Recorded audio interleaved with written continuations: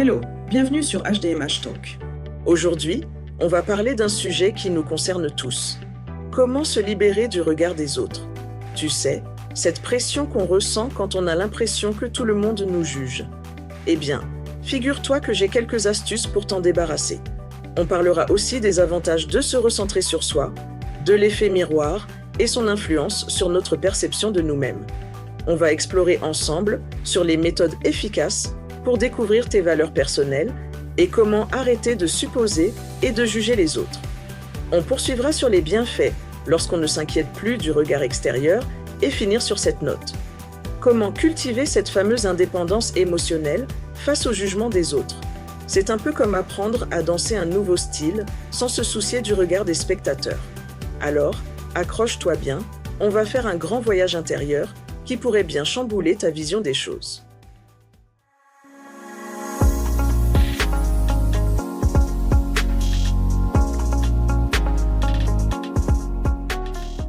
Chapitre 1. Comment se libérer du regard des autres? Le miroir trompeur de la société. Imagine un instant que tu es devant un miroir déformant comme dans une fête foraine. Ce miroir, c'est le regard des autres. Il te renvoie une image de toi qui n'est pas forcément la réalité. Le truc, c'est de comprendre que ce miroir appartient aux autres, pas à toi. Tiens, je vais te raconter une anecdote. L'autre jour, je suis allée faire mes courses en pyjama. Oui, tu as bien entendu, en pyjama. J'ai senti tous les regards sur moi, mais tu sais quoi? Je m'en fichais complètement. Pourquoi? Parce que j'ai compris que leur jugement ne me définissait pas.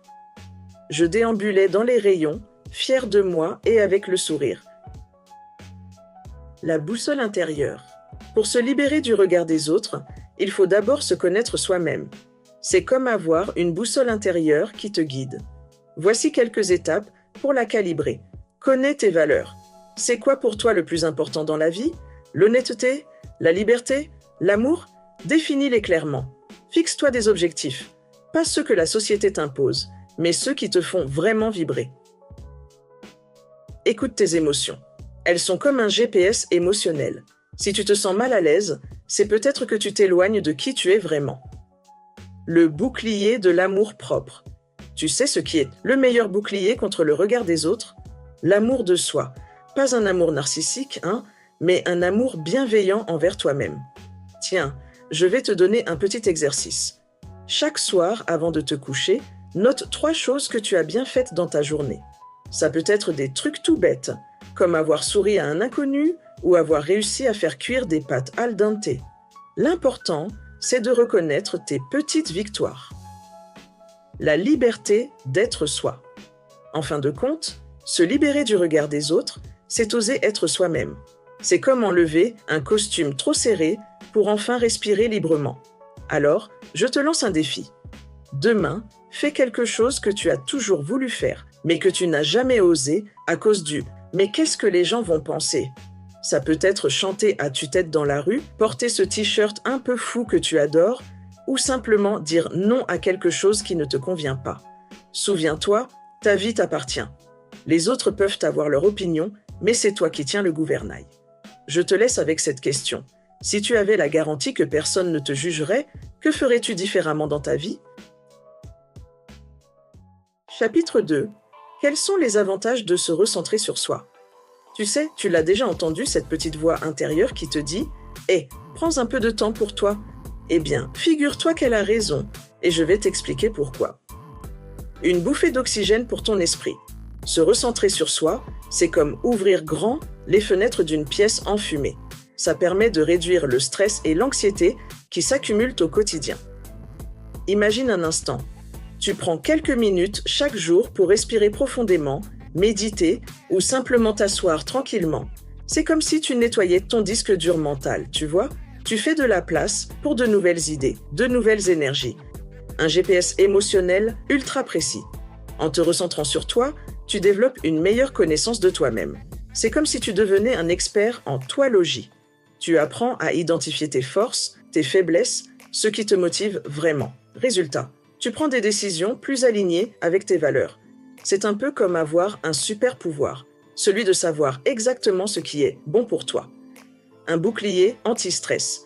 Quand tu te recentres régulièrement, tu deviens un véritable ninja de la gestion du stress. Tu développes une résilience de dingue. Les situations stressantes?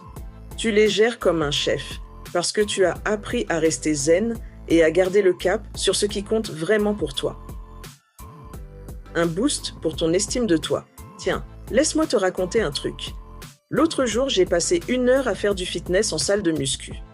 Au début, je me sentais ridicule avec mon visage grimaçant sous l'effort. Mais à la fin, j'étais fière comme une lionne. Pourquoi? Parce que j'avais pris du temps pour moi, pour mon corps et mon esprit. Se recentrer sur soi, ça cultive une meilleure estime de soi. Tu te sens plus confiant, plus à même d'affronter les défis de la vie. Un corps et un esprit en harmonie. En accordant de l'importance à ton bien-être, tu adoptes naturellement des habitudes de vie plus saines. C'est comme si ton corps et ton esprit se mettaient d'accord pour dire « Eh, on mérite le meilleur ». Tu manges mieux, tu bouges plus, tu dors mieux. C'est un cercle vertueux en fait. Une vie plus équilibrée. Se recentrer sur soi, c'est aussi apprendre à dire non et à poser des limites. C'est comme si tu devenais le chef d'orchestre de ta propre vie. Tu harmonises ta vie personnelle, professionnelle et tes aspirations profondes. Le résultat? Une symphonie de bien-être et d'épanouissement. Donc, se recentrer sur soi, ce n'est pas du nombrilisme, c'est prendre soin de soi pour mieux prendre soin des autres et du monde qui nous entoure. C'est comme mettre son masque à oxygène avant d'aider les autres dans un avion. Je te pose cette question. Si tu avais 1 heure par jour rien que pour toi, comment l'utiliserais-tu pour te recentrer et améliorer ta vie? Chapitre 3. Comment l'effet miroir influence-t-il notre perception de nous-mêmes? Le reflet trompeur du miroir. Imagine un instant que tu te regardes dans un miroir. Tu penses voir ton vrai visage? Eh bien, figure-toi que c'est un peu plus compliqué que ça. En fait, ce que tu vois dans le miroir est une image inversée de ton visage. C'est comme si tu te regardais dans un monde parallèle où la gauche et la droite ont échangé leur place. Le truc, c'est que cette image inversée, tu la vois tous les jours. Du coup, ton cerveau s'y est habitué. C'est devenu ta norme. Mais attends, ça veut dire que les autres te voient différemment de ce que tu vois dans le miroir? Exactement. Et c'est là que ça devient intéressant. L'effet photochoc. C'est comme cette sensation bizarre quand tu vois une photo de toi et que tu te dis « Mais c'est qui cette personne ?» C'est parce que la photo montre ton visage tel que les autres le voient, pas comme tu as l'habitude de le voir dans le miroir. C'est comme si tu découvrais un nouveau toi. Tiens, je vais te raconter une anecdote. L'autre jour, j'ai fait un selfie avec des potes. Quand j'ai vu la photo, j'ai eu l'impression d'être une étrangère dans mon propre corps. C'était moi, mais pas tout à fait. Troublant, non? Je voyais que mes défauts, mon sourire, mes yeux qui partent en travers, et pourtant, mes amis m'ont dit qu'on était stylés. Le miroir social. Mais l'effet miroir ne s'arrête pas là. Il influence aussi la façon dont on se comporte avec les autres. Tu as déjà remarqué comment tu as tendance à sourire quand quelqu'un te sourit? C'est l'effet miroir en action.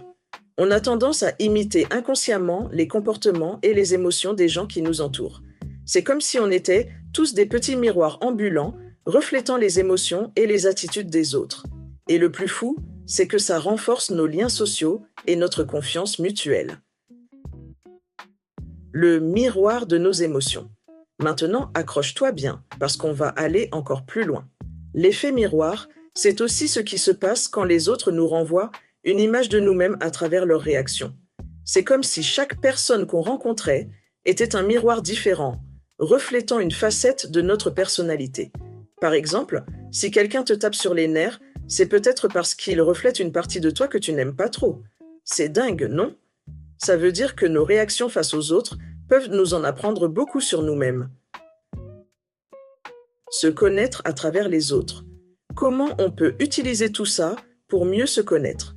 Eh bien, la prochaine fois que tu auras une réaction forte face à quelqu'un, pose-toi la question. Qu'est-ce que ça révèle sur moi? C'est comme si chaque interaction devenait une opportunité d'introspection. Et tu sais quoi?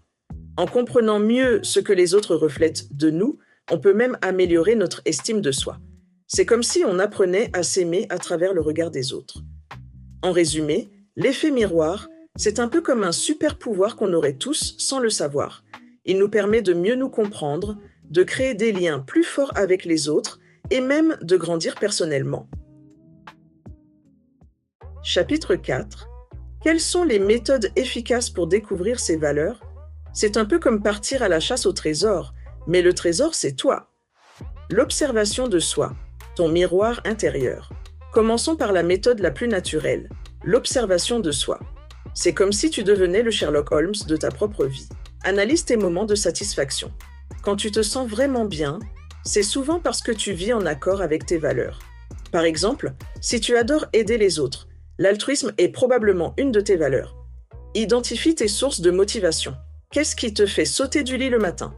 Si c'est l'idée de créer quelque chose de nouveau, la créativité est sans doute importante pour toi. La méthode des cartes de valeurs joue avec tes principes. Imagine un jeu de cartes, mais au lieu des rois et des as, tu as des valeurs. Dresse une liste de 54 valeurs. Oui, il y en a beaucoup. Choisis celles qui résonnent avec toi. Réduis ta sélection de 6 à 15 valeurs qui te correspondent vraiment. C'est comme faire un tri dans ton dressing émotionnel. Tu comprendras mieux les principes qui te définissent. Le journal des priorités, ton carnet de bord intérieur. Tiens un journal où tu notes les situations qui te rendent heureux, celles qui te mettent en rogne et tes décisions importantes. En relisant tout ça, tu verras apparaître un schéma qui reflète tes valeurs. La technique du « pourquoi ». C'est un peu comme quand tu étais gosse et que tu posais 1000 questions. Mais là, c'est toi qui te les poses. Choisis une activité que tu aimes. Demande-toi « pourquoi j'aime ça ?» Répète la question plusieurs fois. Tu finiras par toucher du doigt tes valeurs profondes. Le test de la grande faucheuse. Ça a l'air flippant, mais c'est super efficace. Imagine que tu n'as plus que quelques jours à vivre. Qu'est-ce qui devient vraiment important pour toi? Voilà tes valeurs essentielles. L'analyse de ton environnement. Regarde autour de toi. Que trouve-t-on dans ton espace personnel? À quoi passes-tu ton temps? Sur quoi dépenses-tu ton argent? Ces éléments sont des indices précieux sur tes valeurs. En résumé, découvrir ses valeurs, c'est comme faire un selfie de son âme. Ça demande du temps et de l'introspection, mais le jeu en vaut la chandelle. Chapitre 5. Comment arrêter de supposer et de juger les autres? C'est comme si on essayait de se débarrasser d'une mauvaise habitude, mais t'inquiète, j'ai quelques astuces pour toi. Prends conscience de tes jugements. Avant tout, il faut que tu deviennes le détective de tes propres pensées. Observe-toi quand tu commences à juger quelqu'un. C'est comme si tu mettais un petit détecteur dans ta tête qui s'allume dès que tu fais une supposition. Une fois que tu as repéré ces moments, tu peux commencer à les déconstruire. Cultive ton empathie. Imagine que tu es un explorateur qui découvre une nouvelle planète à chaque fois que tu rencontres quelqu'un. Au lieu de juger, pose-toi la question. Quelle est la motivation de cette personne? C'est comme si tu essayais de te mettre dans ses chaussures, même si elles sont un peu trop grandes ou trop petites pour toi. Arrête de supposer, pose des questions. Tu sais, l'un des accords Toltec dit « Ne faites aucune supposition ». Et franchement, c'est un super conseil. La prochaine fois que tu te surprends à supposer ce que quelqu'un pense, fais un truc fou. Demande-lui, directement. C'est comme si tu passais d'un film d'espionnage à une conversation réelle. Élargis tes horizons. Sois curieux comme un chat. Plus tu en apprends sur les différentes perspectives, moins tu auras tendance à juger. C'est comme si tu construisais un musée dans ta tête avec plein d'œuvres d'art différentes. Chaque nouvelle idée que tu découvres est une nouvelle pièce à exposer. Regarde-toi dans le miroir. Souvent, quand on juge les autres, c'est qu'on a nos propres problèmes à régler. C'est un peu comme si on projetait un film de nos insécurités sur les autres. Alors, la prochaine fois que tu te surprends à juger quelqu'un, demande-toi « Qu'est-ce que ça dit de moi ?» Pratique la compassion. Essaie de voir le bon côté des gens, même quand c'est difficile. C'est comme si tu mettais des lunettes roses, mais pas pour être naïf, juste pour être plus sympa. Rappelle-toi que tout le monde a ses propres batailles à mener. En résumé, arrêter de supposer et de juger, c'est un peu comme apprendre à danser. Au début, tu vas peut-être te mélanger les pieds, mais avec de la pratique, tu finiras par trouver ton rythme. Alors, je te pose cette question. La prochaine fois que tu seras tenté de juger quelqu'un, quelle sera la première chose que tu feras différemment? Chapitre 6. Quels sont les bienfaits de ne plus se soucier du jugement des autres? C'est un peu comme si on enlevait un sac à dos rempli de cailloux qu'on portait depuis trop longtemps. Alors, prêt pour cette libération? Une confiance en soi renforcée. Quand tu arrêtes de te préoccuper de ce que les autres pensent, c'est comme si tu donnais un boost à ta confiance. Tu te sens plus libre d'être toi-même, sans filtre. Imagine un peu, plus besoin de jouer un rôle, tu peux enfin être l'acteur principal de ta propre vie. Une authenticité retrouvée. En te libérant du regard des autres, tu te reconnectes à qui tu es vraiment. C'est comme si tu enlevais un masque que tu portais depuis trop longtemps. Tu peux enfin exprimer tes vraies valeurs, tes désirs, sans craindre le qu'en dira-t-on. Des décisions plus alignées. Quand tu ne te soucies plus du jugement des autres, tes choix deviennent le reflet de tes vraies aspirations. C'est un peu comme si tu passais du statut de marionnette à celui de marionnettiste de ta propre vie. Tu prends des décisions qui te correspondent vraiment, sans te demander si ça va plaire à Tata Josette ou à ton voisin du 3e. Une réduction du stress et de l'anxiété. Se libérer du poids du regard des autres, c'est comme enlever une énorme pression de tes épaules. Fini le stress de devoir toujours bien paraître ou de dire ce qu'il faut. Tu respires enfin. L'anxiété sociale diminue et tu te sens plus à l'aise dans tes interactions. Des opportunités saisies. Quand tu arrêtes de craindre le jugement, tu oses plus. C'est comme si tu passais d'un mode spectateur à un mode acteur de ta vie. Tu lèves la main en réunion, tu demandes cette promotion et tu tentes de nouvelles expériences. Bref, tu saisis les opportunités au lieu de les laisser passer. Une meilleure estime de soi. En te détachant du regard des autres, tu apprends à t'évaluer selon tes propres critères. C'est comme si tu devenais ton propre coach personnel. Tu développes une estime de toi plus solide, basée sur tes valeurs et non sur l'approbation extérieure. Des relations plus authentiques. Quand tu arrêtes de jouer un rôle pour plaire, tes relations deviennent plus vraies. C'est comme si tu passais du mode networking forcé au mode connexion sincère. Tu attires des gens qui t'apprécient pour qui tu es vraiment, pas pour l'image que tu essaies de projeter. En clair, ne pas se soucier du jugement des autres, c'est comme ouvrir la cage dans laquelle on s'était enfermé. On se sent plus libre, plus authentique et finalement plus heureux. Je te pose cette question. Si tu te libérais complètement du regard des autres, quelle serait la première chose folle et authentique que tu ferais? Chapitre final. Comment cultiver une indépendance émotionnelle par rapport au jugement externe? Prendre conscience de ses émotions. La première étape, c'est de devenir l'inspecteur de tes propres sentiments.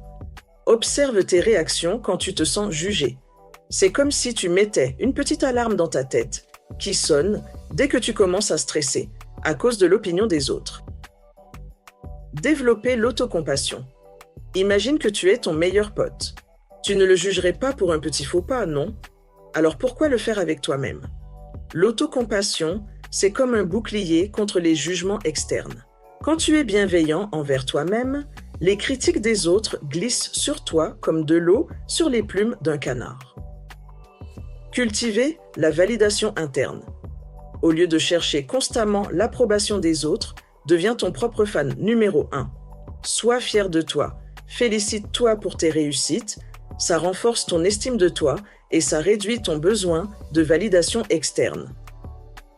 Fixer des limites claires. Apprends à dire non sans culpabiliser. C'est comme si tu dessinais une ligne invisible autour de toi que les jugements des autres ne peuvent pas franchir. Communique tes besoins et tes limites de manière assertive. C'est la clé pour des relations plus saines et une meilleure indépendance émotionnelle. Pratiquer la pleine conscience. La méditation, c'est comme une rencontre avec ton esprit. Ça t'aide à prendre du recul par rapport aux jugements, qu'ils viennent de toi ou des autres. En pratiquant régulièrement, tu développes une sorte de super pouvoir qui te permet de ne pas te laisser emporter par les opinions extérieures. Se concentrer sur ses valeurs personnelles. Identifie ce qui compte vraiment pour toi. C'est comme si tu créais ta propre boussole interne. Quand tu agis en accord avec tes valeurs, les jugements des autres perdent de leur importance. Tu te sens plus aligné avec toi-même et moins dépendant de l'approbation extérieure. En résumé, Cultiver l'indépendance émotionnelle, c'est comme apprendre à surfer. Au début, tu vas peut-être boire la tasse, mais avec de la pratique, tu finiras par chevaucher les vagues des jugements sans perdre ton équilibre. Conclusion. Reprends les rênes de ta vie. Se libérer du regard des autres, c'est comme ouvrir une porte qui te retenait, enfermée dans une pièce étroite.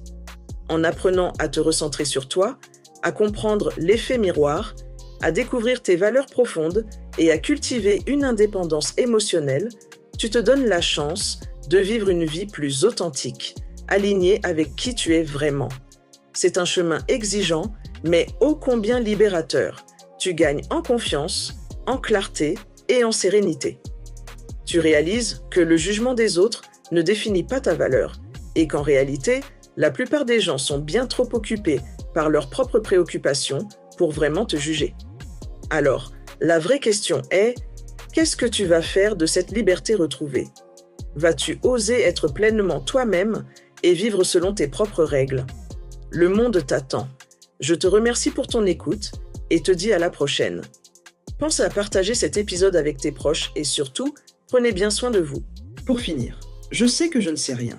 Parlons-en pour en savoir plus. À la prochaine sur HDMH Talk.